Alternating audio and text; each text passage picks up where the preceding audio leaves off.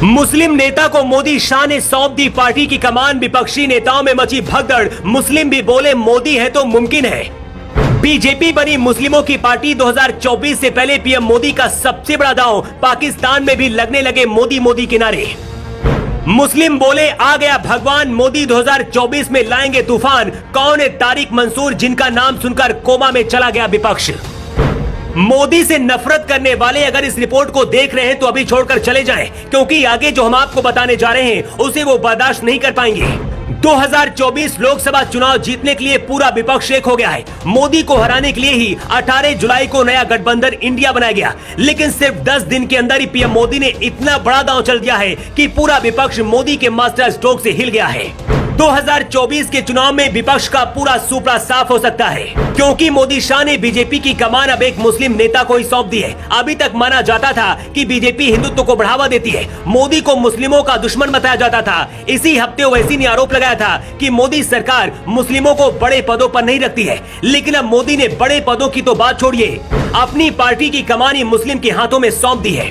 PM Modi के इस फैसले की वजह से भारत से लेकर पाकिस्तान तक मोदी मोदी के नारे लगने लगे हैं। मुस्लिम खुद चिल्लाकर कह रहे हैं कि मोदी है तो मुमकिन है। मोदी शाह के आदेश के बाद जेपी नड्डा ने जिस तारिक मंसूर को पार्टी का राष्ट्रीय उपाध्यक्ष बनाया है, सबसे पहले उनके बारे में जान लीजिए।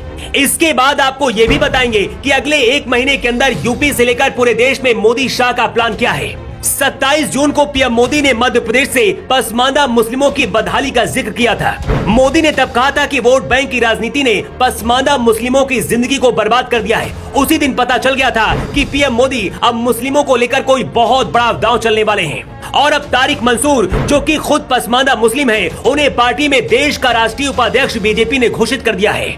भारतीय जनता पार्टी ने नए केंद्रीय पदाधिकारियों की लिस्ट जब जारी की, इस लिस्ट में चौंकाने वाला नाम डॉक्टर तारिक मंसूर का ही था। किसी को इस बात की उम्मीद नहीं थी कि एक मुस्लिम को मोदी शाह इतनी बड़ी जिम्मेदारी दे देंगे। डॉक्टर तारिक मंसूर अलीगढ़ मुस्लिम यूनिवर्सिटी के पूर्व वाइस चांसलर रह चुके हैं, जिन्हें अब बीजेपी ने अपना नया राष्ट्रीय उपाध्यक्ष बनाया है। उन्हें इसी साल पार्टी ने उत्तर प्रदेश विधान परिषद के सदस्य के तौर पर चुना था। तारिक मंसूर को मिलाकर अब यूपी में सबसे ज्यादा एमएलसी बीजेपी के हैं। यूपी में बीजेपी के कुल 4 एमएलसी हैं, लेकिन तारिक मंसूर को बीजेपी ने इतनी बड़ी जिम्मेदारी क्यों दी है और मोदी शाह का प्लान क्या है, इसे समझिए। इस वक्त देश में जितने भी मुस्लिम हैं, उनका करीब 80% पसमानदा मुस्लिम है। दशकों से इन्हें हर क्षेत्र में नजरअंदाज किया गया। बीजेपी अब इसी का फायदा उठाना चाहती है। पूरे देश में विपक्षी पार्टियां मुस्लिमों का वोट तो लेना चाहती हैं, लेकिन उन्हें सिर्फ वोट बैंक की तरह इस्तेमाल करती हैं। तारिक मंसूर की बीजेपी में दूसरे नंबर पर जगह होगी। ऐसे में देश के मुस्लिमों के बीच ये मैसेज जाएगा कि बीजेपी के अंदर मुस्लिमों के लिए भी जगह है। तारिक मंसूर को बीजेपी 2024 के चुनाव के लिए पार्टी का स्टार प्रचारक बनाकर पूरे देश में रैलियां और रोड शो भी करवा सकती है। अगर ऐसा होता है तो देश के मुस्लिम बीजेपी की तरफ जरूर जाएंगे। भारत में रहने वाले मुस्लिमों में 15% सवर्ण माने जाते हैं, वहीं बाकी 85% पसमानदा माने जाते हैं। मुस्लिम समाज में इनकी स्थिति बहुत खराब है। मुस्लिम समाज के उच्च वर्ग का नजरिया इनके प्रति अच्छा नहीं रहा है। पसमानदा मुस्लिम आर्थिक, सामाजिक और शैक्षणिक स्तर पर पिछड़े हुए हैं। तारिक मंसूर को राष्ट्रीय उपाध्यक्ष बनाकर बीजेपी ने जो दांव चला है, उसकी वजह से विपक्ष को लगता है कि अब सांप सूंघ गया है।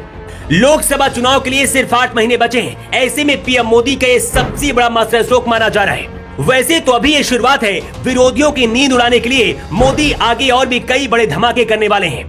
वैसे आपको क्या लगता है, पसमानदा मुसलमान समुदाय से आने वाले तारिक मंसूर क्या बीजेपी को 400+ लोकसभा की सीटें दिलवा पाएंगे?